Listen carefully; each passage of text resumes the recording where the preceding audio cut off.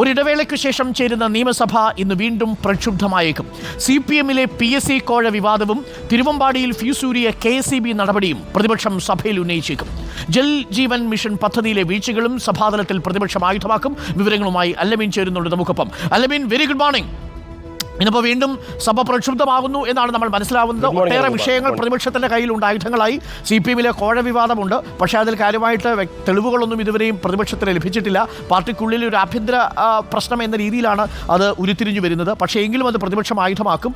പിന്നീട് രണ്ടാമത് ഇപ്പോൾ ജൽജീവൻ അടക്കമുള്ള വിഷയങ്ങളുണ്ട്. ഇന്നലെ KSEB-യുടെ വിഷയവും ഇന്ന് നിയമസഭയിൽ പ്രതിപക്ഷം ഉന്നയിക്കാൻ സാധ്യതയുണ്ട്. ആയുധങ്ങൾ ഒരുപാടുണ്ടല്ലേ ഇന്നത്തെ ദിവസം പ്രതിപക്ഷത്തിൻ്റെ കയ്യിൽ? അതുകൊണ്ട് പ്രതിപക്ഷത്തിൻ്റെ ആവനാഴിയിൽ അമ്പുകൾ ഏറെ ഉണ്ട്. ഏതൊക്കെ എടുത്ത് പ്രയോഗിക്കണമെന്നുള്ള ആലോചനയിലാണ് ഇപ്പോഴും പ്രതിപക്ഷ ക്യാമ്പ്. ഏതായാലും ശൂന്യവേളയിൽ ഈ ശുദ്ധജല പദ്ധതിയുമായി ബന്ധപ്പെട്ട ജലജീവൻ മിഷൻ, അതുപോലെ തന്നെ അമൃത് പദ്ധതി, ഇതുമായി ബന്ധപ്പെട്ട വിഷയമാണെന്ന് പ്രതിപക്ഷം സഭയിൽ ആയുധമാക്കാൻ ഉദ്ദേശിക്കുന്നത്. അതിൽ ജൽജീവൻ എടുക്കണോ അമൃത് വിഷയം എടുക്കണമെന്നുള്ള കാര്യത്തിൽ ഇപ്പോഴും ഒരു തീരുമാനമായിട്ടില്ല. വൈകാതെ കാര്യത്തിലൊരു തീരുമാനമാകാം. ഏതായാലും അത് കേന്ദ്രീകരിച്ചുള്ള അതുമായി ബന്ധപ്പെട്ടുള്ള വീഴ്ചകൾ, ക്രമക്കേടുകൾ, അതിലെ പ്രശ്നങ്ങളൊക്കെയാണ് ഇന്ന് സഭയിൽ പ്രതിപക്ഷം ആ അർത്ഥത്തിൽ ചൂണ്ടിക്കാണിക്കാൻ ശ്രമിക്കുന്നത്. അതോടൊപ്പം നേരത്തെ സൂചിപ്പിച്ചതുപോലെ CPM-ൽ ഇപ്പോൾ ഉയർന്നു വന്നിട്ടുള്ള PSC കോഴ ആരോപണം, അത് പാർട്ടിക്കുള്ളിൽ ഉയർന്നു വന്നു. അത് മറ്റൊരു പരാതിയോ പോലീസിന് പരാതിയോ ഒന്നും ലഭിച്ചിട്ടില്ല. അതുകൊണ്ട് തന്നെ പ്രതിപക്ഷത്തിന് നേരത്തെ ബാർക്കോഴ ഉന്നയിച്ചതുപോലൊരു വിഷയമായത് തണുത്തുറഞ്ഞു പോകുമോ എന്നൊരു സംശയം പ്രതിപക്ഷത്തിനുണ്ട്. പക്ഷേ എങ്കിൽ പോലും ഈ ചർച്ചകളിലാണെങ്കിലും വിഷയം ഉയർത്തിക്കൊണ്ട് വരാനാണ് പ്രതിപക്ഷം ആലോചിക്കുന്നത്. കാരണം പാർട്ടിക്കുള്ളിൽ വന്ന് പാർട്ടി കോടതിയായി തന്നെ വിഷയങ്ങളെ തീർപ്പാക്കുന്ന ഒരു നടപടി എന്ന നിലയിൽ അതിനെ അവതരിപ്പിക്കാനും ആ രീതിയിൽ ഭരണപക്ഷത്തിനെതിരെ തിരിയാനുമാണ് പ്രതിപക്ഷം ആലോചിക്കുന്നത്.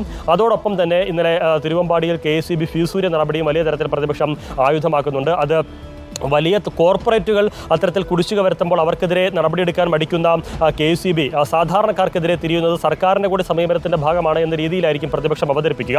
ഏതായാലും ഇന്ന് സഭാതലത്തിൽ അത് ഉയർന്നു വരും എന്ന് തന്നെയാണ് മനസ്സിലാക്കാനാകുന്നത്. അങ്ങനെ ഏതൊക്കെ വിഷയങ്ങളായിരിക്കും പ്രതിപക്ഷം എടുത്ത് പ്രയോഗിക്കുക എന്നുള്ളതും ഏറെ പ്രധാനമാണ്. അതുമായി ബന്ധപ്പെട്ടുള്ള ചർച്ചകൾ ഇപ്പോഴും പ്രതിപക്ഷ ക്യാമ്പിൽ നടക്കുകയും ചെയ്യുന്നുണ്ട്. ഏതായാലും ഈ വിഷയങ്ങൾ അങ്ങനെ ഉയർന്നു വന്നാലും അതിന് പ്രതിരോധിക്കാൻ ഭരണപക്ഷവും സജ്ജരാണ്, സന്നദ്ധരാണ്. സ്വാഭാവികമായും അത്തരത്തിൽ ഭരണ പ്രതിപക്ഷ വാക്പോരിനൊക്കെ ഒരുപക്ഷേ സഭാതലം വേദിയാകും. 11-ാം തീയതി നിയമസഭ അവസാനിക്കുകയാണ്. അതുകൊണ്ട് തന്നെ ഈ സഭ ചേരുമ്പോൾ അതുമായി ബന്ധപ്പെട്ട് ചേർന്ന നടപടിക്രമങ്ങളുണ്ടായിരുന്നു, അജണ്ടകളുണ്ടായിരുന്നു. അതും ഇന്ന് പൂർത്തിയാക്കാനുള്ള നടപടികളിലേക്ക് നിയമസഭാ സെക്രട്ടേറിയറ്റ് പോകും. അതിൽ ഏറ്റവും പ്രധാനം ഈ സാമ്പത്തിക വർഷത്തെ ബജറ്റിന്മേലുള്ള ധനാഭ്യർത്ഥന ചർച്ചകളും അതിന്മേലുള്ള വോട്ടെടുപ്പുകളും ഒക്കെയാണ്. അതോടൊപ്പം ഈ നികുതി പിരിവുമായി ബന്ധപ്പെട്ടുള്ള ഭേദഗതി ബില്ലിൻ്റെ ചർച്ചയും ഇന്ന് സഭയിൽ നടക്കും.